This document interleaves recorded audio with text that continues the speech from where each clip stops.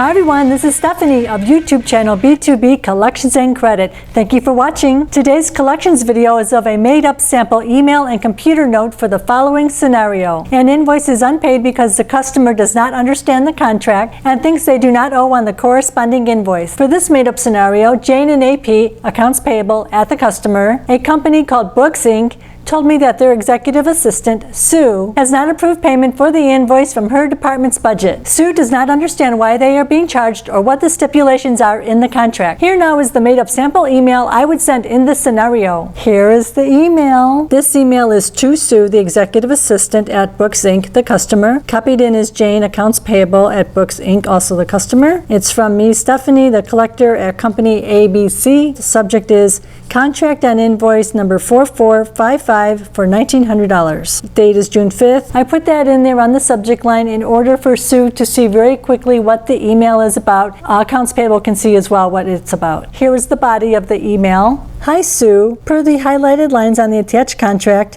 $1,900 is due on invoice number 4455. It should say attached invoice because the invoice as well as the contract should be attached for easy reference and to help expedite resolution of this dispute. Moving on to the next sentence, please call or email me by June 8th at 1 p.m. with questions regarding the timeline, usage, or something else on the contract or invoice. Now you notice I gave a day and time. That's to get the ball rolling. As far as the timeline, usage, or something else, I put in two possibilities as well as leaving it open-ended for Sue, the executive assistant, to tell me what the problem is. And then also I included contract or invoice in order to find out if this is because of the contract itself or the invoice itself or a combination or whatever.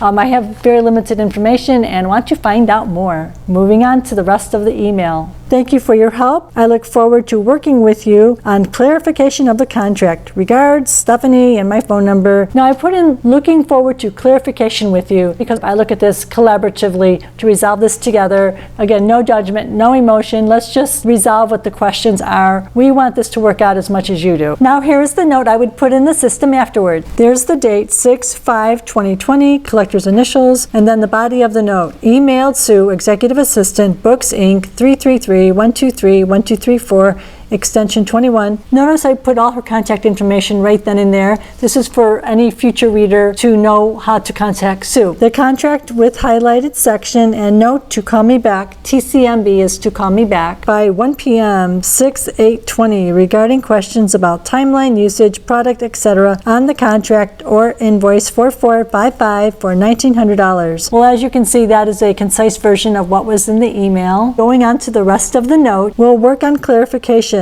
CC Jane AP, follow up with Sue, 2 p.m. on 6/8/20. Well, first of all, we'll work on clarification. I don't normally put a sentence in there like that, but the reason I did that is to show my intention of what I want to accomplish with this resolution. And then of course I copied in accounts payable, and then if anyone wants to call accounts payable, they could give the date as to when this email was sent, and then accounts payable could check it. This is a paper trail to expedite resolution. Recapitulation of emails helps to do that.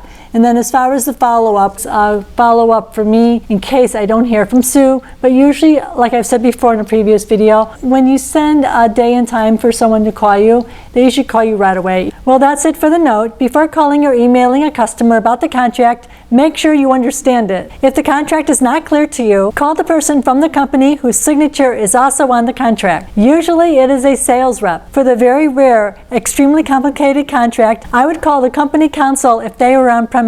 Otherwise, I would consult with a manager. Before you call or email the sales rep, or the person whose signature is on the contract, have very specific questions ready to ask to clarify the contract. While on the phone with the signer, repeat to them what you heard for them to confirm your understanding on the phone. After that, my recommendation is to tell them you will send an email immediately of what you, the collector, just said, and if they, the signer, could just reply with a confirmation like, yes, that is correct. This is to provide some protection for you, the collector, since you will be talking to the customer direct, and it will provide a paper trail of the resolution process process. Also, this will give you confidence of what the contract stipulates when you have the email as well as the contract in front of you when talking to the customer. I recommend printing both the contract and email out and writing notes on them as needed during the phone conversation with the customer. In this case, Executive Assistant Sue. Be sure to ask your manager if it is okay to discuss the contract with the customer if this is your first time, just to be sure. Well, that's it for today's video. Thank you for watching. I hope you found it both entertaining and informative.